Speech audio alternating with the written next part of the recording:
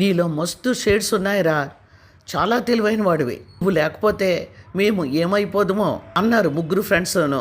వాళ్ళు అలా పొగుడుతుంటే గురునాథంకి ఎవరెస్ట్ శిఖరం ఎక్కినంత గొప్పగా ఫీల్ అయిపోయాడు. అన్నట్లు రేపు బారుకి వెళ్దాంరా, ఈలోగా మీ ఆవిడ మళ్ళీ వచ్చేసిందనుకో, బారు లేదు గీరు లేదు అంటావు, ప్లీజ్ రా అన్నాడు రాంబాబు. ఎందుకురా అలా కంగారు పడిపోతావు, రేపు బార్ ప్రోగ్రాం ఉంది, మా ఆవిడకి ఇంకా కోపం తగ్గలేదు, ఫోన్ చేశాను అని నవ్వుతూ అందరూ బార్ దగ్గరికి వచ్చేయండి అన్నాడు గురునాథం.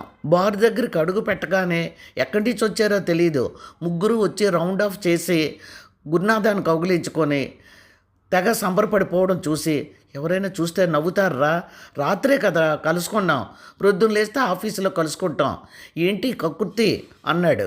లో హ్యాపీగా ఉందరా, మా వైఫులు ఎక్కడ విడాకులు ఇస్తాము అని భయంతో చస్తున్నారా, ఈరోజు బిల్లు మేమే ఇస్తాం అన్నారు ముగ్గురు ఏకకంఠంతో.